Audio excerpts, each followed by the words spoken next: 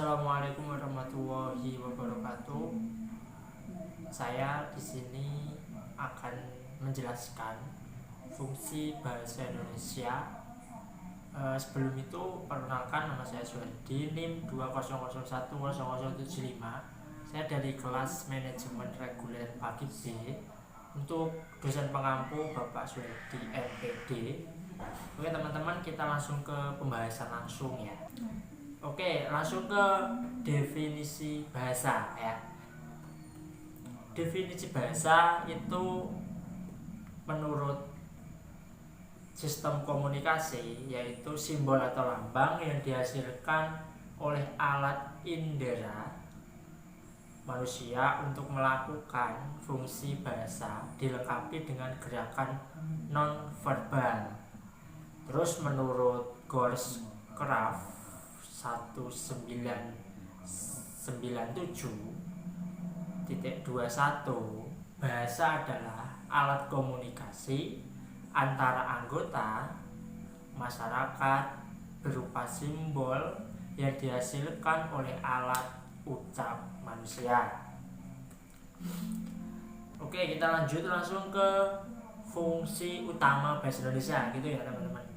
Oke, fungsi utama bahasa Indonesia ini yaitu ada beberapa. Yang pertama, fungsi budaya. Fungsi budaya terbagi menjadi 3. Yang pertama sebagai sarana perkembangan kebudayaan, dan yang kedua sebagai jalur penerus kebudayaan, dan yang ketiga sebagai inventaris cita-cita kebudayaan.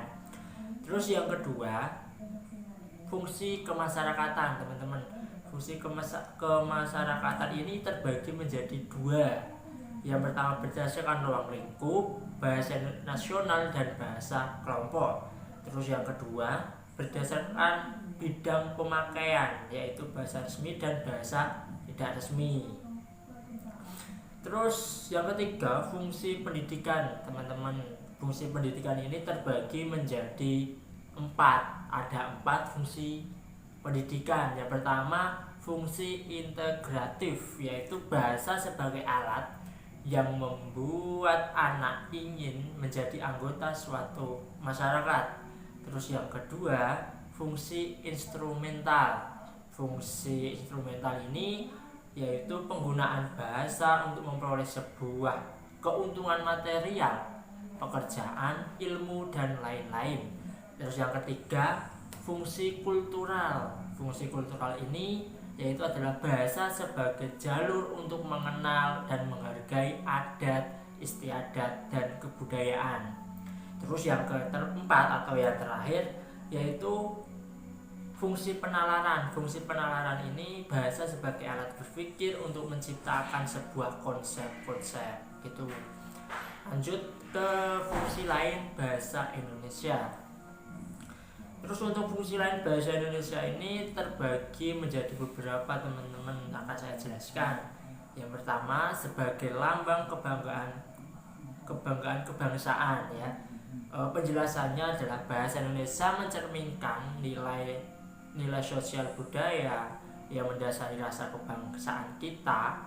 Atas dasar kebangsaan inilah bahasa Indonesia bisa terpelihara dan kita kembangkan, serta rasa kebanggaan pemakainya senantiasa kita bina.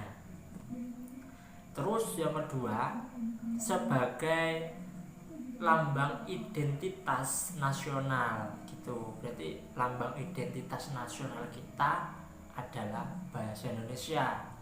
Terus untuk penjelasannya, bahasa Indonesia kita junjung di samping bendera dan lambang negara kita. Di dalam melaksanakan fungsi itu tentulah harus memiliki identitasnya sendiri, sehingga ia serasi dengan lambang kebangsaan kita. Terus yang ketiga yaitu sebagai bahasa nasional. Jadi sebagai alat penghubung antar warga daerah maupun suku bangsa, sehingga latar belakang sosial budaya dan bahasa tidak perlu dikhawatirkan lagi ya di tanah air kita ini, dengan hanya memanfaatkan bahasa sebagai satu-satunya alat komunikasi. terus sebagai bahasa pengantar di lembaga pendidikan. Jadi untuk sekolah dan lain-lain, bahasa Indonesia ini adalah penting gitu untuk penjelasannya, mulai taman kanak-kanak sampai dengan perguruan tinggi di seluruh Indonesia, kecuali di daerah-daerah seperti Aceh, Batak, Sunda, Jawa, Madura, Bali, dan Makassar yang menggunakan bahasa daerahnya sebagai bahasa pengantar sampai dengan tahun ketiga pendidikan dasar.